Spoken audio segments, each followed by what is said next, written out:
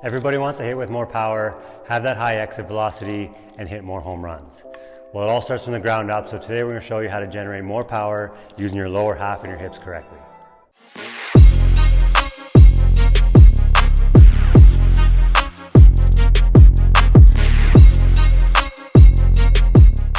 What's going on, guys? Welcome back to Northern Baseball Training. If you're new around here, make sure to hit that subscribe button below for tips, drills, workouts, and other baseball related topics, and click the notification bell so you don't miss out on any videos. If you want to see daily content from us, make sure to go check us out on Facebook and Instagram as well. Now let's get into it. So just like we always talk about when you're doing anything athletic like running, throwing, or hitting, we always use our entire body starting from the ground up. Okay, so when we swing, the first movement is our load. Okay, this is where we start to generate all the power. And when we're kids, we learn that the load is just a weight transfer back and then forward, which is true, but as you get a little bit older and more advanced and you get stronger and you have more control over your body, we're gonna learn that the load is a little bit different. Okay, it's not just a weight transfer back. What it really is we load back and we put all the weight onto our back leg, supported by our rear glute, and we coil and sink into this back hip. Okay, we counter rotate this back hip before we explode and release. Okay, if you think about spinning anything like spinning a bottle, we don't just grab it and rotate it. Okay, you grab it, you counter rotate it, generate power, and then spin it. Or if you're a big Price is Right fan like I was as a kid, when you think about the wheel, the guys who suck at spinning it, they just grab it and go straight down. Okay, but the guys who generate a lot of power, they grab it, they counter rotate it, generate all the power, and then explode. Okay, it's the same concept here. If you're gonna explode with your hips, and your hips are here, and then you turn, you're gonna have a lot of power just from the rotation of your hips. But to get the most power, we're gonna counter rotate it, sink all of our power into this back leg, and then release and explode. So we're gonna load back, put our weight onto this back leg supported by our rear glute. Think about turning your back pocket towards the pitcher and coiling and counter rotating this hip. Okay, and the big thing you want to look for here is when we coil back and we drive forward, you don't want to lose the coil and lose all the energy that you gained on this back foot when you make a connection with the ground with your front foot.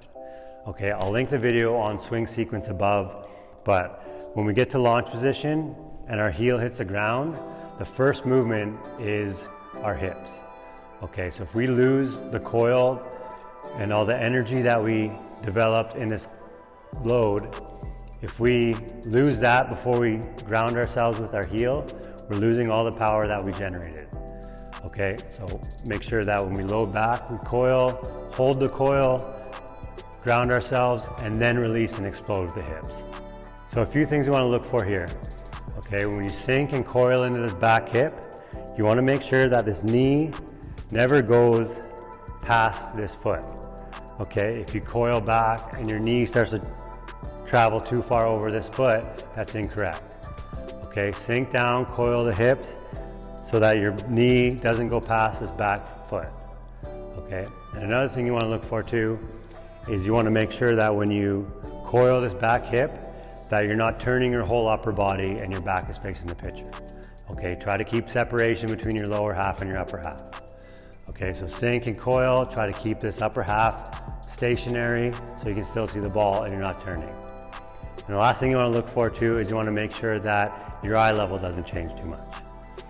Okay, so when you load back, you don't want to come up and you don't want to sink too far down.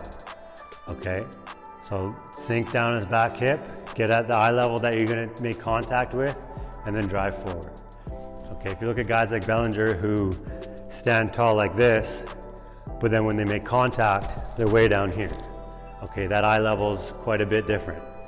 But what happens is when he loads back and he sinks and coils, he's down at the eye level that he's going to make contact with, and then he drives forward and his eye level doesn't change very much. Now before we get into the drills, if you guys are liking the video, make sure to smash that like button. And if you haven't yet, hit that subscribe button below. So for the first drill, you've seen it before on our top 10 off-season hitting drills. But what we're gonna do is we're either gonna stand at a 45-degree angle or we're gonna stand fully facing the pitcher. And we're just gonna work on sinking into this back leg and this rear glute, coiling and counter rotating this hip, and then we're gonna release and explode. Okay, so it looks like this.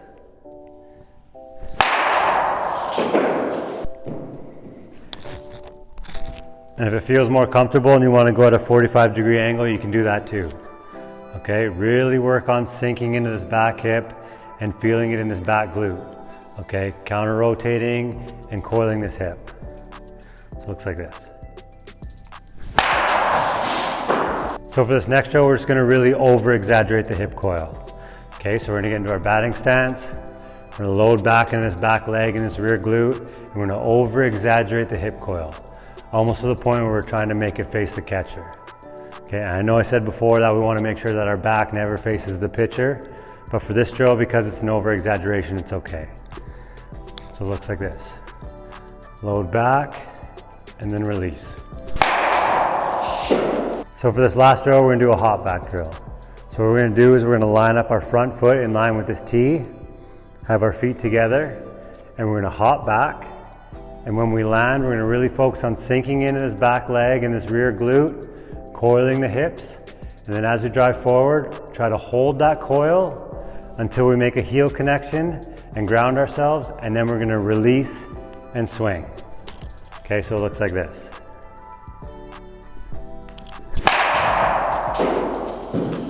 Your lower half is so important when trying to generate more power. It's not just about how hard you can swing your arms, which is what a lot of kids do when they try to hit the ball harder. Hope this video helps, and if you guys have any questions, leave a comment below or go send us a message on Instagram. If you're looking for more hitting drills to do this off season, click the link above for our top 10 off-season hitting drills, and I'll see you guys next week.